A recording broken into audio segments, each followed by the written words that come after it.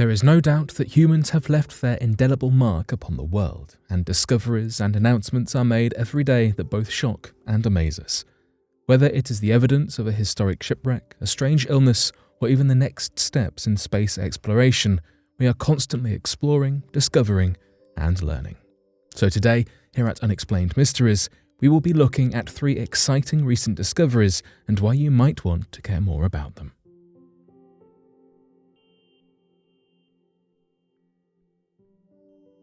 "130-year-old riverboat shipwreck discovered."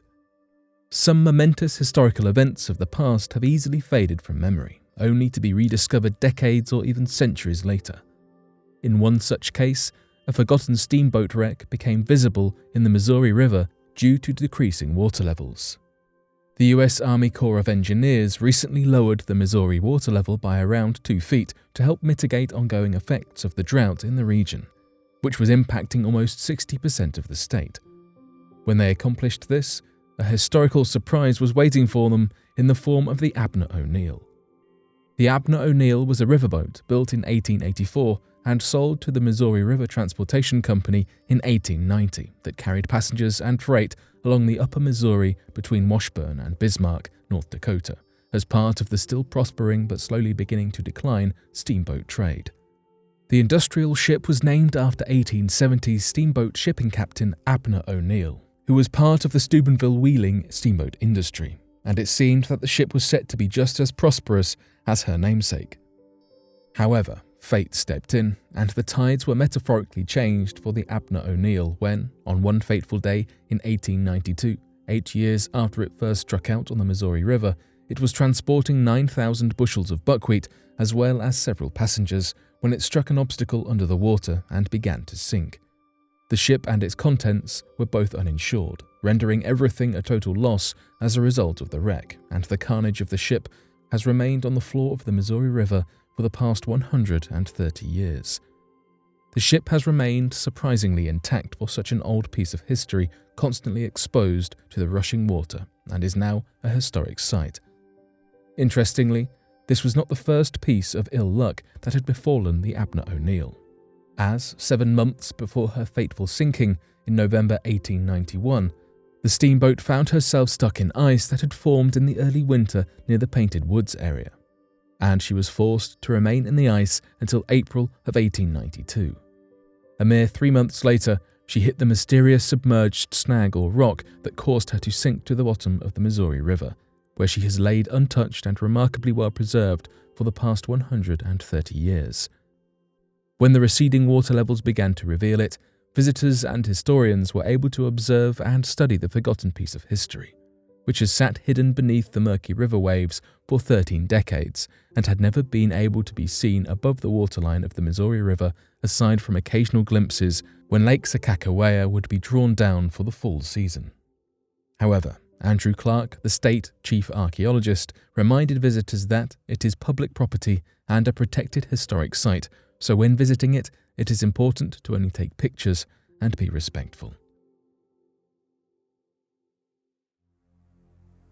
CIA chief's team member reports Havana syndrome. In early September of this year, a member of CIA Director Bill Burns' staff made national and global news when they reportedly became afflicted with the mysterious symptoms known as Havana syndrome after a government-sanctioned trip to India. The fact that the case involved such a high-level government official renewed interest in the often strange and mind-boggling illness that appears to affect only government officials and diplomats visiting other countries. Havana syndrome is a strange illness that has been observed in diplomats and political figures, starting in 2016 with US embassy diplomats in Havana, Cuba. The symptoms are often unexplained and associated with dizziness, headache, fatigue, nausea, anxiety, cognitive difficulties, and memory loss. These symptoms can vary widely in severity, and several diplomats and intelligence officers who have been diagnosed with the syndrome have had to leave active service due to the nature of their condition and lingering complications. Although originating in Cuba, the symptoms have been reported in China, Russia, Germany, Serbia, India, Poland, Georgia, and Taiwan. Because Havana syndrome has only been reported in diplomats, intelligence officers, and other government personnel, Many people theorize that they may be targeted attacks against the government, and the CIA has placed top personnel in charge of investigating the circumstances. Burns has stated that, as of July 22, 2021, there were several hundred total reported instances of Havana syndrome globally. Thus far, the official cause of Havana syndrome has not been able to be determined, although it is not for lack of trying. It appears that the disease is causing brain damage of some sort in the individuals, and although initial reports suggested that it might have been caused by a sonic or acoustic weapon, now the predominant theory is that a strongly directed energy, such as microwaves, might be to blame. This conclusion was reached by a task force directed by the State Department and the National Academies of Science, Engineering and Medicine, and similar studies by other entities have supported these findings. Directed energy as a weapon is not unheard of, and many think that the attacks might have been intentionally targeted to cause harm, while others believe that the damage could have been an inadvertent result of high-powered microwaves aimed at high-ranking US officials in an attempt to collect data from their computers and mobile phones. However, nobody has been able to link the symptoms of Havana syndrome with any country or definitive cause, and the countries in which government officials have fallen ill have denied any involvement. And while it has yet to be determined what exactly the illness stems from, the CIA director's staff member is not the first to experience these strange symptoms, although he is a chilling reminder to government officials that not even those associated with the highest inner circles of the government are truly safe.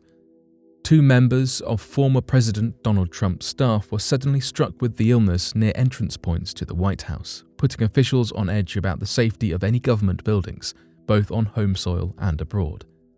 For now, officials remain on alert as they try to get to the root of what might be causing such a strange illness that only seems to affect diplomats and intelligence officials of the United States and Canada. NASA's $400 million plan for commercial space stations. It is always said that space is the final frontier, and while that may be true at this moment, it might not be for long. Bringing commercialism to the cosmos, NASA has announced that it plans to award contracts worth up to $400 million to private companies wishing to build their own space stations through a program called Commercial Low Earth Orbit Destinations. This initiative comes as NASA begins to think about the next steps following the eventual retiring of the International Space Station, which has been in orbit for 20 years already, at the end of this decade.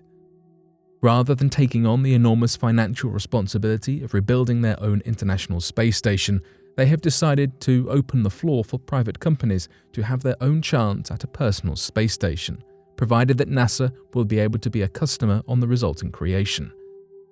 Currently, the costs associated with running the International Space Station has run NASA about $4 billion per year, which would make renting or buying facilities on private space stations a much more financially sound endeavor.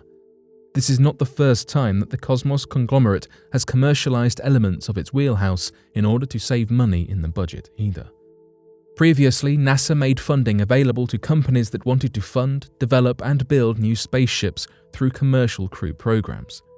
Out of the proposals for this previous project, companies SpaceX and Boeing were selected, and the products of the partnership are now successfully flying through Earth's atmosphere. Although NASA has declined to comment on which companies have submitted proposals for their new International Space Station, it has been rumored that SpaceX and Boeing are looking to continue their lucrative partnership and were among the proposals submitted for the current project. And, despite the exorbitant costs associated with having your very own commercial space station, it seems that there are some companies that are willing to pay up. NASA has reported that they have received around 12 proposals from entities that are vying for their own spot in space, and NASA will select between 2 and 4 of these proposals to receive a portion of the $400 million designated for the projects. Officials with NASA have spoken on their decision to open up the funding of spaceships and space stations and are hopeful that it will allow NASA to continue to be a presence in space without the enormous financial strain that a much larger commercial company would be able to undergo. At this point, it seems likely that NASA will one day pay for space on a future space station, which is a large reason why they are only partially funding their development, ushering in a new age of commercialized cosmos. However, for now, it simply remains to be seen which lucky companies will receive the honour of working with NASA to launch the replacement for the historic International Space Station.